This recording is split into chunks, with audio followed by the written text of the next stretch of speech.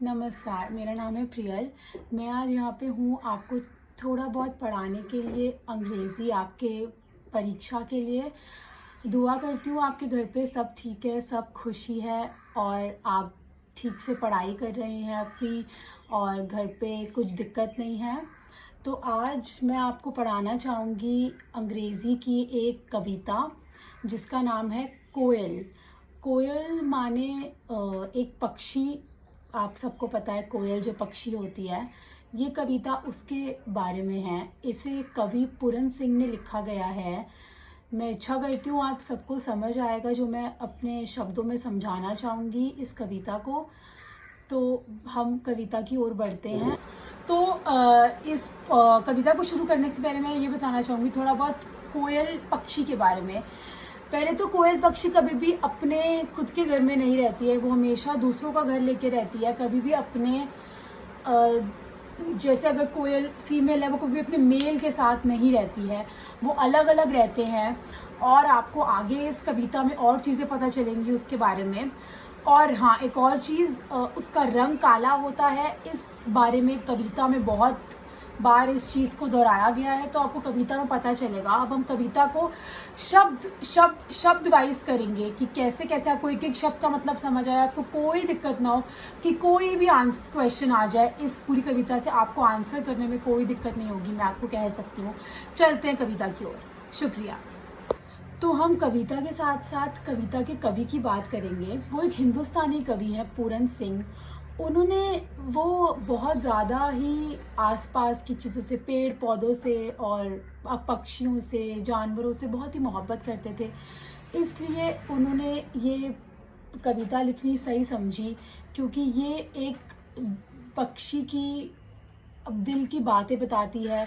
वो कैसा महसूस करते हैं। ये कवि पूरन सिंह के शब्दों में एक कोयल की कही हुई बातें हैं। तो मैं आपको दो दो लाइनें पढ़कर सुनाऊंगी इस पोएम की, और लाइन बाय लाइन आपको समझाऊंगी इस पोएम का मतलब। एक एक शब्द का मतलब आपको समझाऊंगी ताकि आपको कोई दिक्कत ना हो कोई भी आंसर देने में। जैसे कि कोई भी आपका क्वेश्चन आ जाए कि जैसे कि, तो आपको आंसर देने में कोई दिक्कत ना हो। और पहली दो लाइनें इस कविता की गौर से सुनना और सुनकर घबराइएगा नहीं। मैं आपको ठीक से एक एक शब्द समझाने वाली हूँ इस कविता का, तो कोई भी दिक्कत नहीं होने वाली है आपको। पहली दो लाइनें पढ़ते हैं। कोयल, what lightning fell, what singed thy wings, what keeps thee fresh yet charred। तो चलते हैं हम इसे समझाने की तरफ, एक वर्ड से वर्ड करके। कोयल, कोयल पहला वर्ड है, उस बर्ड का नाम है, उस बर्ड को पुकार रहे हैं कोयल। What lightning fail. अब मैं आपको सीधा पहले लाइन से नहीं समझाना चाहूँगी, पहले आपको थोड़ा सा बताना चाहूँगी शुरू कैसे हो रहा है, तो आपको बहुत अच्छे से समझ आएगा कि इन दो लाइनों का मतलब क्या है। तो जो कोयल पक्षी है वो बहुत ही सुरीली आवाज़ की होती है, पर दिखने में थोड़ी उसका रंग काला है। तो कभी यही कहना चाह रहा है यहाँ पे कि तुम्हारी आवाज़ इतनी सुरीली है, तुम्हारी अगर कोई आवाज़ सुने तुम इतनी फ्रेश लगती हो। फ्रेश का मतलब होता है ताजगी। तुम इतनी ताज़ा लगती हो, तुम हमेशा इतनी ही दुरुस्त लगती हो। उसको यहाँ पे फ्रेश से कहा गया है। फ्रेश का मतलब ये होता है ताजगी। तो तुम्हें इतना फ्रेश कोई कैसे रखता है। येट चार्ड, चार्ड अगर आप पढ़ेंगे दूसरी लाइन का आखिरी शब्द, चार्ड का मतलब होता है काला। तो तुम फ्रेश हो लेकिन काली हो। What lightning fell, what singed thy wings. इन दो लाइनों का ये मतलब है कि तुम इतनी ताज़ा हो, तुम इतनी सुरीली तुम्हारी आवाज़ है, लेकिन तुम काली कैसे हो। क्या तुम पे कोई लाइटनिंग, लाइटनिंग का माने यहाँ बिजली है। जब बारिश से पहले बिजली आती है तो बिजली गिरती है तो पूरा आसमान काला हो जाता है। तो यहाँ पे वो बिजली को भी वो उसके रंग को ही बता रहे हैं काला। तो आपको मतलब समझ आया इसका। कोयल, तुम इतनी अच्छी, तुम इतनी ताज़ा हो, तुम्हारी आवाज़ इतनी सुरीली है, लेकिन तुम कैसे काली हो, तुम्हारा रंग काला है। शब्दों में इसका मतलब ये समझाया गया है इन दो पहली लाइनों में कि तुम चाहे कोयले की तरह काली हो, पर तुम इतनी ताज़ा और इतनी सुरीली हो कि कोई तुम्हारा कोई है ही नहीं, इस तुम्हारा कोई मुकाबला ही नहीं है। तुम जैसी भी हो, तुम्हारा रंग ऐसा है, पर तुम्हारी ताजगी अलग ही है। हम चलते हैं अगली लाइनों की तरफ। अगली दो लाइनें हैं, concealed in the mango leaves thou singest, thy high-pitched strains wake in my soul 1,000 memories। तो concealed in the mango leaves का मतलब है वो आम की पत्तों में छुपी हुई है, गा रही है। Thy high-pitched strains wake in my soul 1,000 memories। जब हाई पिच का मतलब होता है वो तेज आवाज में सुरीली गा रही है, तो मेरी जो सोल का मतलब होता है हमारी अंदर की आत्मा उठ जाती है और इतनी यादें आ जाती हैं। 1,000 मेमोरीज का मतलब है 1,000 यादें याद आ जाती हैं हमें उसका वो गाना सुन के। वो आम के पत्तों में इसलिए बैठी होती है क्योंकि जो कोयल होती है वो बाहर के मौसम में ही बाहर आती है।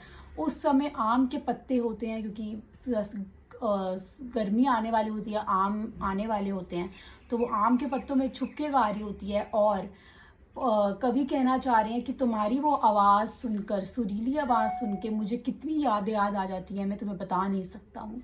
इन लाइनों का मतलब ये था। इन 5 लाइनों से हमारा एक पैराग्राफ, एक पंक्ति है माने का मतलब, वो ख़त्म हो गई है। अब हम अगली पंक्ति की ओर चलेंगे अपनी, जिसमें 5 लाइनें और हैं। तो मैं आपको उन 5 लाइनों का भी मतलब ऐसे ही समझाऊंगी। दुआ करती हूँ आपको ये 5 लाइनें अच्छे से समझ आई हों। ये अगली पंक्ति से हम ये कहना चाह रहे हैं, मैं आपको पहले अंग्रेजी में पढ़ के सुनाती हूँ। Why so restless that thy spark shedding notes go forth kindling fire। इन पंक्तियों का मतलब ये रहेगा, स्पार्क शेडिंग नोट्स से माने हमारा ये मतलब है कि जो तुम्हारे स्पार्क शेडिंग नोट्स, ये नोट्स हम बोलते हैं जैसे जो गाने के हमारे वो होते हैं ना, जैसे जिससे हम गाना गाते हैं, तो वही वो उसके लिए नोट्स कहना चाह रहे हैं कि जैसे तुम गाना गाती हो, मेरा मन जो है उसमें कुछ आग सी उठती है तुम्हारा गाना सुन के।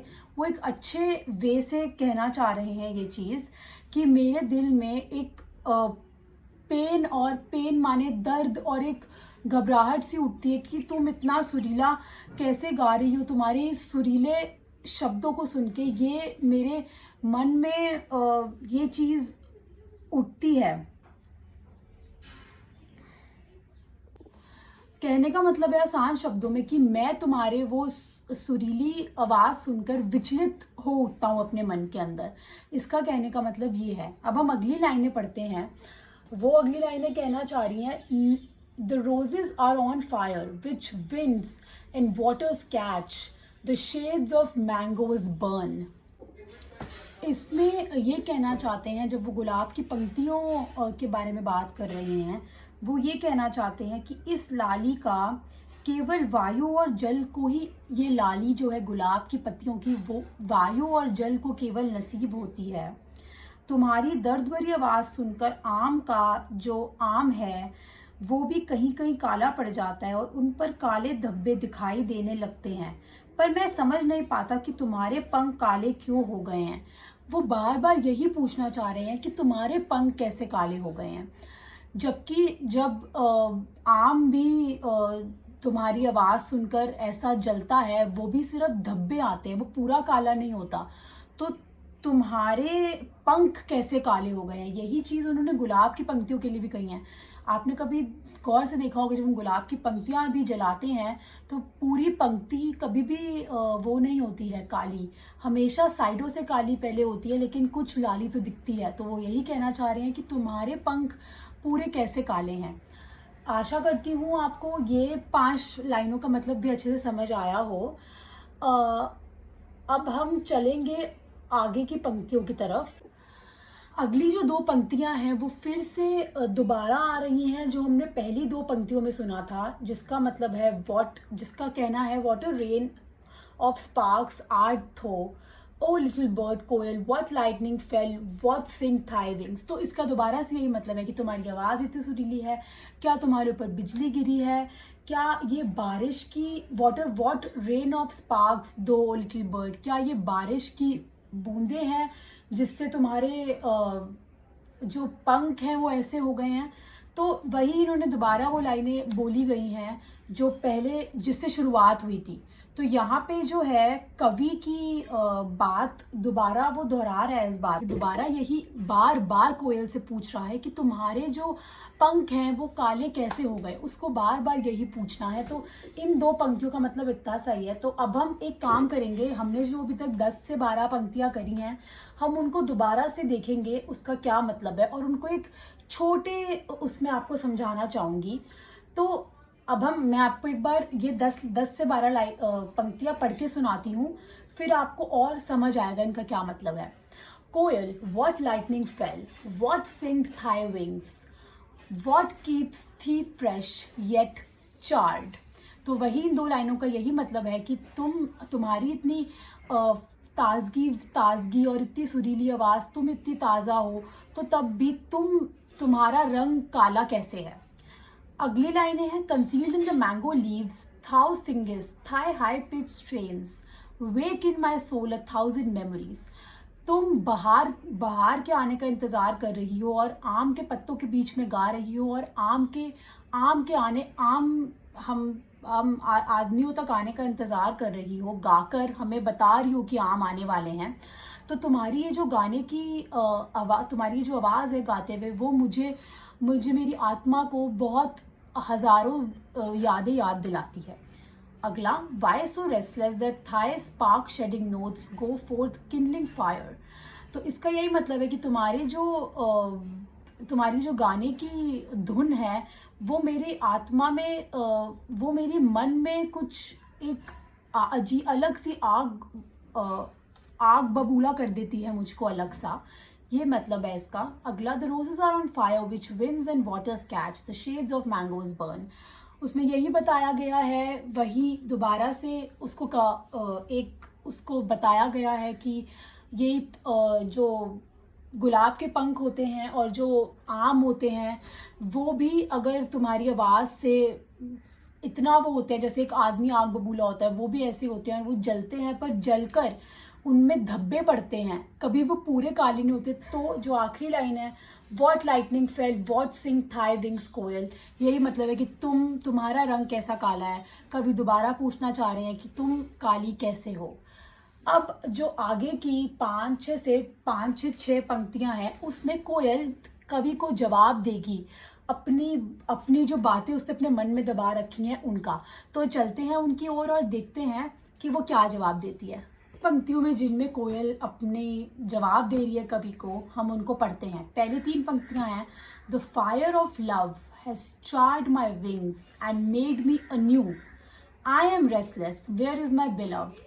इन 3 लाइनों का मतलब मैं आपको सादी भाषा में समझाना चाहूँगी कि मुझे चार्ड का मतलब आपको याद है काला, मेरे विंग्स का मतलब होता है पंख, मेरे चार्ड माई विंग्स मतलब मेरे पंखों को काला एक आग, प्यार की आग, fire of love which is जो है प्यार की आग ने किया है, और उसी प्यार की आग ने मुझे एक नया रूप दिया है।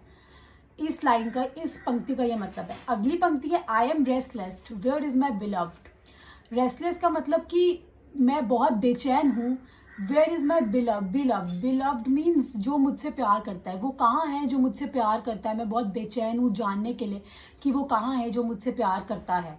पर उसका ये पहली पंक्तियों में ये कहने का है कि वो जो आग है प्यार की, उसने मेरे पंख तो काले करे हैं लेकिन मुझे एक नया रूप भी दिया है। तो अब हम चलते हैं अगली 2 पंक्तियों की तरफ समझने के लिए कि और वो क्या कहना चाह रही है। The site of mango blossoms fire me all the more the greener the garden the brighter Burns my heart. कहना चाहती हैं कि साइट ऑफ मैंगो ब्लॉसम्स, अब जब बहार चली गई, बहार जाती है तो गर्मी आती है, लेकिन बहार में क्या होता है, आम जो होता है वो बड़ा होता है, दिखता है, और तभी हम उसे गर्मी में खाते हैं। तो वो कहना चाहिए जो वो दिखता है ना, जब वो आम मुझे बड़ा एक उगते हुए एक फल के अंदर, तो वो मुझे और ही एक खुशी देता है। अगली लाइन का मतलब, अगली पंक्ति का मतलब ये, the greener the garden the brighter Burns my heart.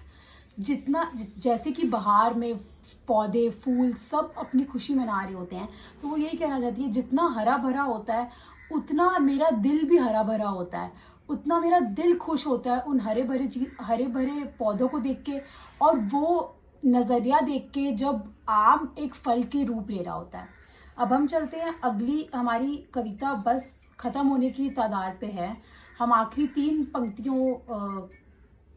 पंक्तियाँ पढ़ेंगे, उसके बाद आपको एक छोटा सा बताएंगे इस कविता का पूरा मतलब क्या था, कि आपको अच्छे से समझ आए। अभी भी कोयल ही बात कर रही है कवि से, उसका कहने का है, ये वो कहना चाहती है, अंग्रेजी में पढ़ूंगी। My flaming soul asks where is my beloved, speak speak why are the leaves so still.